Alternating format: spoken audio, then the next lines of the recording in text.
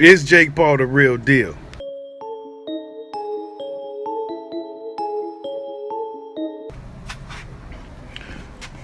So after last night's fight,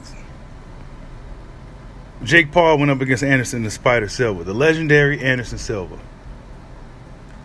Seemed like a lot of people had Jake Paul winning once this thing got closer to fruition, right? Watching the fight, Anderson wasn't throwing punches, bro. When Jake Paul is in there with these guys, they're not really like, it seemed like they're just not trying to fuck the money up. Anderson literally went right in front of this dude with his hands like, what? Like, what was that? He wasn't throwing punches in the fight. It just, no, bro. No. Really, really bad look for MMA. Right? These are guys who been fighting their whole lives. You know what I'm saying? Their whole lives. I fail to believe that Jake Paul is just up in here whooping these dudes, man. Look, I'll tell you guys what it is. It's a cash thing. It's for the money.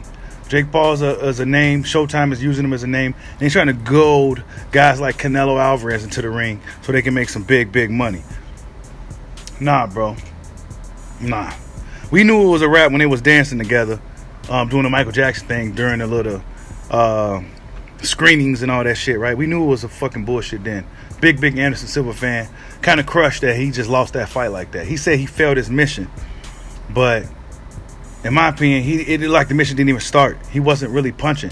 When you watched Anderson Silva months prior, fighting other guys, former fighters, he's been knocking these dudes out. He's been whooping on these guys, throwing punches, all that. But when we watching him against Jake Paul, man, we watch Jake Paul against any of these dudes, they're not really fighting them back. They're not really trying to hurt him. They're throwing these punches that's like whiffing. Like, how'd you miss that punch, bro?